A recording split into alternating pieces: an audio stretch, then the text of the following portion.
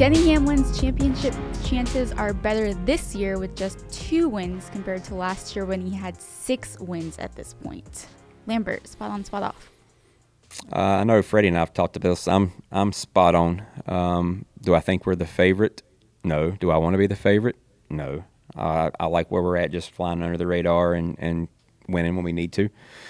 But if you look at our body of work as a whole, and Freddie and I have talked about it, if you look at our laps led, if you look at our top 5s, if you look at our top 10s, and if you look at our speed as a whole, especially with the 550 package versus last year, our 750 package, versus last year, I feel if we can get to the Final Four in Phoenix, we've got a way better shot this year because JGR as a whole has worked wholeheartedly on making our 750 low downforce package way better than we were. We made it to Phoenix last year, but we knew we were going to struggle to win the championship just because of the speed we had all year long on those tracks. So I think that as a company, JGR went to work. Obviously, Martin won Martinsville earlier in the year. Martin won Phoenix earlier in the year. We ran really well there. Our 750 package is head and shoulders above where it was last year. So even if we had just pointed our way in and made it to Homestead, I wish it was Homestead, but had made it to Phoenix at the end of the year with a shot to in the championship 4, if we hadn't won a race at that point and had just pointed our way in, I would still feel better about our chances this year versus last year.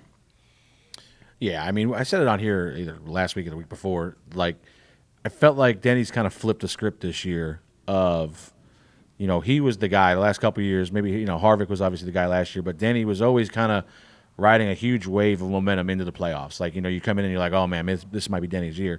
And I feel like this year it was almost flipped to where, like you said, you guys – but when we started this playoff, you were by no means the favorite to win the championship. Obviously, no. Larson was.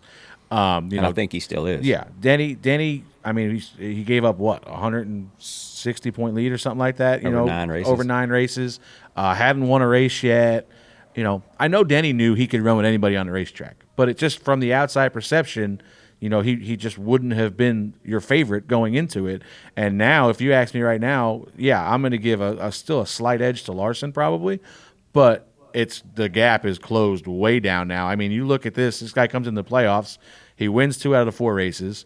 He battling for the lead last week at Bristol and cuts a tire and ends that night. We could have won 4 in a row. As I say, you should, you're racing for the win at Richmond, with Martin there, you're second place running him down. So he's been in contention to win every one of these races. He's won 2 of them. And, then like you said, now that you're way better with that package going forward for Michigan. Where are we? Michigan. Where are we going? Richmond. You got more sleep than I got. Come on. I got 3 hours. Have you been drinking? No. That's the problem. He hasn't been drinking. Yeah, maybe you need to. Somebody bring a fireball in here. Phoenix. No. We're going to Phoenix. Yeah. But, yeah, like you said. But, talk about one thing I want to talk with you about a little bit and, just how much Denny prepares for these races. I've seen it firsthand this year at 2311 with him coming to the comp meetings. And, this guy is a guy that runs top 5 every week in, week out.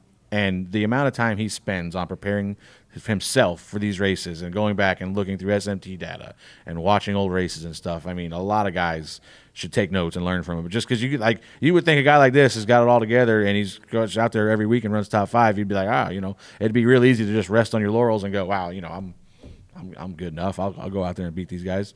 But he's endless hours, right?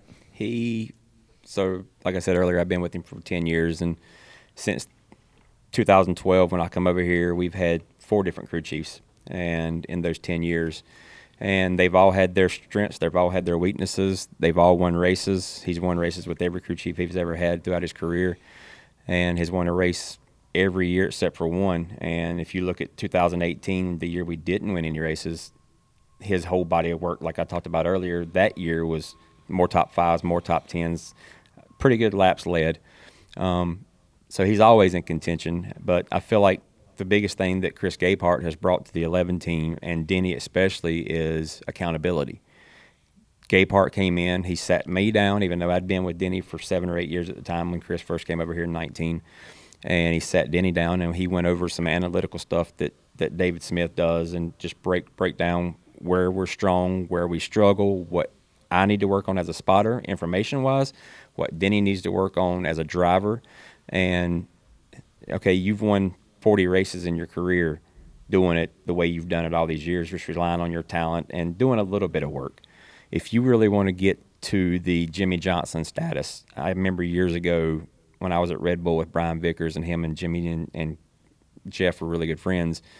We were flying. I was flying with them. I don't remember where we were going now, but Jeff made the comment. I was talking to Jeff about the difference between the 48 and 24 when they were in the same shop, sharing the same stuff, and just basically, if you looked at it from the outside in, it's the same group. How does Jimmy have all these championships over the last several years, and the 24 has been strong but not as strong? He's like, he works harder than I do. He's like, I've been doing this. I got 4 championships. I don't want to work that damn hard. I mean, it's constant, and you see it with Denny now.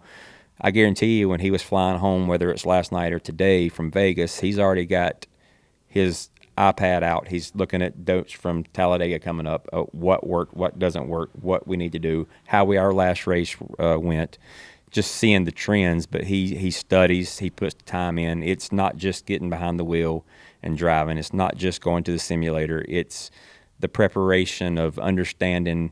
Last night, our green flag pit stop was a detriment to us in the spring race. We gave up a ton of time getting on the pit road in the green flag stop. He went back, we looked at SMT data, we moved our mark around the corner. I mean, just something as simple as that helped us maintain the lead to where when we had the flat tire coming to the last 4 or 5 laps, we had a big enough gap there because he had made time earlier during the green flag cycle. So it's just, he all these guys that win races at this level, everybody in the Cup Series is super talented. There's a few guys that have that extra gear. I say when the end of the race comes down, that they can go to that extra gear and get a little more. And the ones that actually put the work in off the racetrack, studying, figuring out where I need to be better, making themselves accountable. You know, Gabe Hart holds us all accountable to do our jobs and do it to the best of our ability without micromanaging us.